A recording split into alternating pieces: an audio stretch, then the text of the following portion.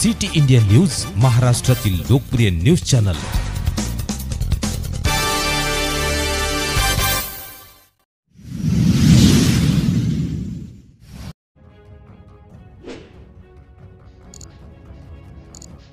मंडणगड तालुका संघर्ष समिती आक्रमक। मंडणगड तालुका संघर्ष समितीने 15 ऑगस्ट 2024 रोजी राजेवाडी ते आंबडवे रस्त्याचे काम सुस्थितीत व्हावे यासाठी 15 ऑगस्टला आमरण उपोषण करण्यात आले होते, परंतु अद्याप काम पूर्ण न झाल्यामुळे तहसीलदारांना 12 डिसेंबर 2024 रोजी निवेदन देऊन रस्त्याचे काम वेळेत पूर्ण करण्यात यावे। निवेदनामध्ये पुढे म्हटले आहे की मायनिंगच्या वाहतुकीमुळे बाजारपेठेमध्ये मोठ्या प्रमाणात धुळीचे साम्राज्य निर्माण होत आहे। रस्त्याने प्रवास करत असताना छोट्या आणि मोठ्या वाहनांना मोठ्या प्रमाणात त्रास सहन करावा लागत आहे। मायनिंगच्या ओव्हरलोड गाड्यांमुळे चालू असलेल्या राष्ट्रीय महामार्गाच्या रस्त्याला तडे जात आहेत। याकरिता संघर्ष समितीने मायनिंगच्या गाड्या बंद करण्याची मागणी केली आहे।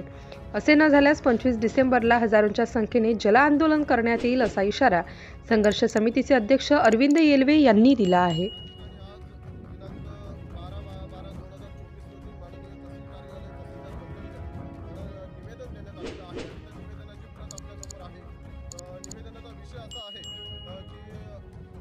राष्ट्रीय महामार्ग जो आहे मंडणगड राजेवाडी ते आंबडवे हा राष्ट्रीय महामार्गाचं 7 वर्ष काम चालू आहे आणि काम चालू असताना इथल्या प्रशासनाने त्याच्याकडे दुर्लक्ष केलेलं आहे। आज आपण या ठिकाणी पाहू शकता की अशा ओव्हरलोड गाड्या ज्या मायनिंगच्या आहेत त्या मायनिंगच्या ओव्हरलोड गाड्या रस्त्यावर जात आहेत आणि धुळीचं साम्राज्य या ठिकाणी झालेलं आहे।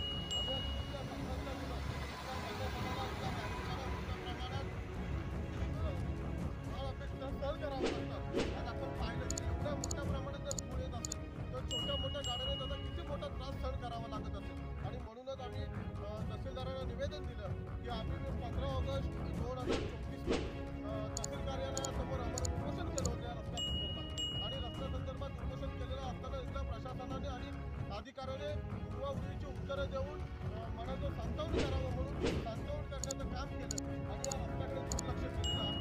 आज पावसाचे 6 महिने जाऊन सुद्धा या रस्त्याकडे प्रशासन पाहत नाहीये। जो राष्ट्रीय महामार्गाचं ज्या पद्धतीने काम व्हायला पाहिजे ते काम होत नाही। त्या प्रशासनाने याच्याकडे तात्काळ लक्ष द्यावं जेणेकरून हा रस्ता इथल्या नागरिकांसाठी, इथल्या शेतकऱ्यांसाठी आणि इथल्या व्यावसायिकांसाठी चांगल्या प्रकारचा होईल आणि चांगल्या प्रकारचा प्रवास करता येईल। म्हणून आज आम्ही तहसीलदारांना निवेदन दिलं की या रस्त्याला पाणी मारलं जावं, या रस्त्याची जी कामं आहे ते काम वेळेत पूर्ण व्हावं आणि जर झालं नाही तर आम्ही आमच्या पद्धतीने जो दणका द्यायचा आहे तो आम्ही इथल्या अधिकाऱ्यांना आणि प्रशासनाला नक्कीच देऊ। कारण मायनिंगचा जो विषय आहे तो 2 नंबरचा विषय आमचा मायनिंगचा आहे आणि तो मायनिंग हे दापोलीमध्ये चालू असताना आज जी रहदारीचा रस्ता जो मंडणगड वासियांचा आहे या रहदारीच्या रस्त्यावरून मायनिंगच्या मोठमोठ्या वाहनं चाललेली आहेत आणि या वाहनांमुळे छोट्या मोठ्या वाहनांना मोठ्या प्रमाणात त्रास सहन करावा लागतो। दुचाकी असू द्या, 3 चाकी असू द्या किंवा इतर वाहनं असू द्या, आज या मायनिंगच्या गाड्यांमुळे एवढा मोठा त्रास सहन करावा लागतोय की आज जर धुळीचं प्रमाण जे आहे ते धुळीचं प्रमाण मोठ्या प्रमाणात झालेलं आहे।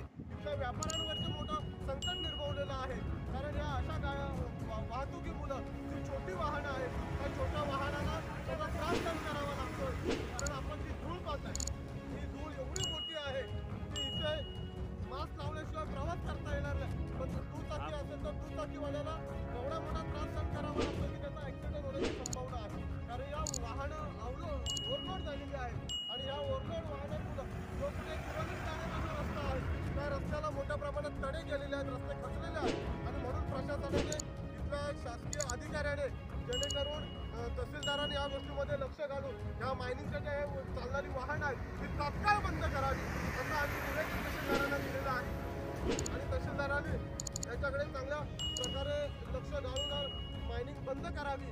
अन्यथा मंडणगड तालुका संघर्ष समिती येत्या 25 तारखेला रस्त्यावर उतरून मोठ्या प्रमाणात हजारोच्या संख्येने रस्त्यावर उतरून जल आंदोलन करेल। हा प्रशासनाला आणि इथल्या कर्मचाऱ्यांना आणि जो ठेकेदार आहे त्या ठेकेदारांना आम्ही आमच्या संघर्ष समितीच्या माध्यमातून इशारा देतो।